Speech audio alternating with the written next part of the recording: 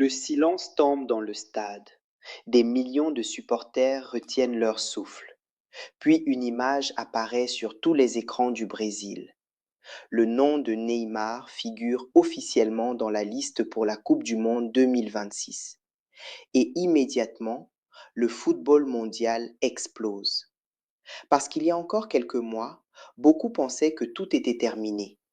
Blessures, critiques, moqueries, pression médiatique, déclin physique. Certains journalistes parlaient même de la fin de son histoire avec la Seleção. Mais aujourd'hui, contre toute attente, Neymar revient. Et cette sélection pourrait bien cacher quelque chose de beaucoup plus grand. Depuis plusieurs années, le Brésil vit une période étrange. Une génération talentueuse, mais incapable de retrouver la domination absolue des grandes années. Les supporters réclament un leader, un joueur capable de porter toute une nation sur ses épaules. Et malgré l'émergence de nouvelles stars, un nom continue de dominer les débats. Neymar. Pour certains, il reste un génie incompris. Pour d'autres, un immense talent qui n'a jamais réellement atteint le niveau attendu. Mais une chose reste incontestable. Même diminué, même blessé, même critiqué, Neymar reste l'un des joueurs les plus influents de l'histoire du football brésilien. Et en coulisses, la fédération brésilienne sait parfaitement ce que représente son retour. Pas seulement sportivement, mais économiquement, médiatiquement, politiquement. Parce qu'un Brésil avec Neymar n'a pas la même valeur qu'un Brésil sans Neymar. La vérité, c'est que cette sélection ne repose pas uniquement sur le talent. Elle repose sur l'impact global de Neymar. Sur le terrain, son expérience reste unique.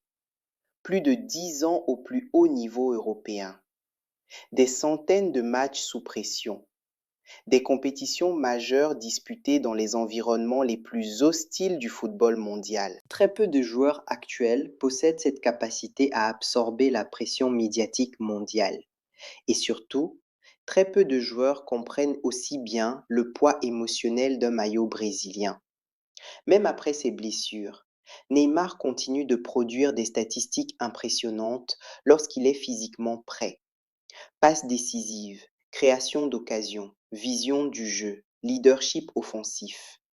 Mais ce n'est qu'une partie de l'histoire, parce qu'en réalité, la Coupe du Monde 2026 représente peut-être la dernière mission de Neymar, le dernier chapitre, le dernier combat.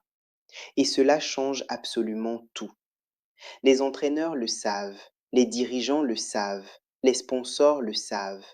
Le monde entier sait qu'un dernier Neymar peut devenir un événement planétaire. Et c'est exactement ce qui commence à se produire. Sur les réseaux sociaux, les vidéos de ces entraînements explosent.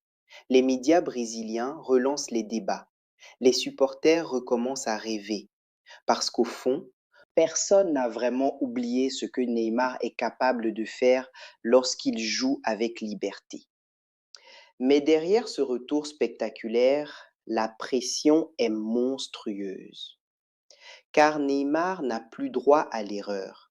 Cette fois, le monde ne lui pardonnera pas un nouvel échec. Les critiques sont déjà prêtes.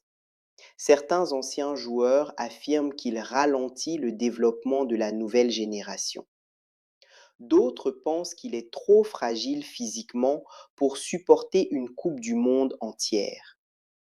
Et il y a surtout cette question qui hante le Brésil depuis des années. Neymar peut-il enfin offrir une Coupe du Monde à son pays?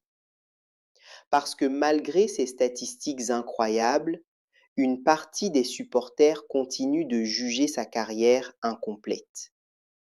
Chaque blessure devient une polémique. Chaque absence devient un scandale.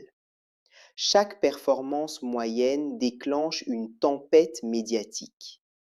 Mentalement, la pression est immense. Et pourtant, c'est précisément dans ce chaos que Neymar semble retrouver quelque chose, une motivation.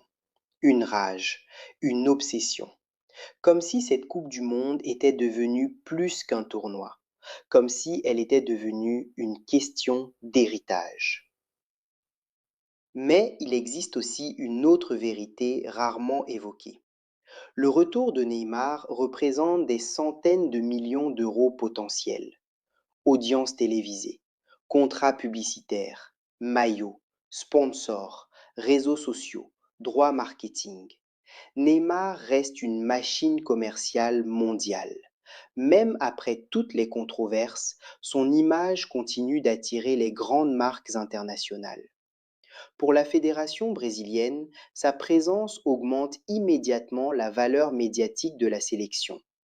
Les sponsors veulent Neymar, les diffuseurs veulent Neymar, les réseaux sociaux veulent Neymar, parce qu'il génère quelque chose que très peu de joueurs peuvent produire, de l'émotion mondiale. Et dans le football moderne, l'émotion vaut parfois autant que les trophées. Certaines estimations indiquent qu'une Coupe du Monde réussie pourrait complètement relancer l'empire marketing de Neymar. Nouveaux contrats, nouveaux partenariats, documentaires, projets commerciaux, retour au sommet médiatique. En réalité, la Coupe du Monde 2026 pourrait devenir le plus grand investissement de sa carrière.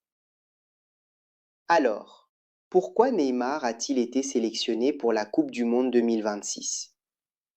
Parce qu'au-delà des critiques, au-delà des blessures, au-delà des polémiques, le Brésil croit encore en lui. Pas seulement comme joueur, mais comme symbole. Le symbole d'une génération, d'un rêve inachevé, d'une dernière chance de toucher l'immortalité. Et peut-être que dans quelques mois, sous les lumières de la Coupe du Monde, le monde assistera soit à la renaissance d'une légende, soit au dernier chapitre d'un des joueurs les plus fascinants de l'histoire du football. Et une question reste suspendue dans l'air. Neymar peut-il encore conquérir le monde une dernière fois?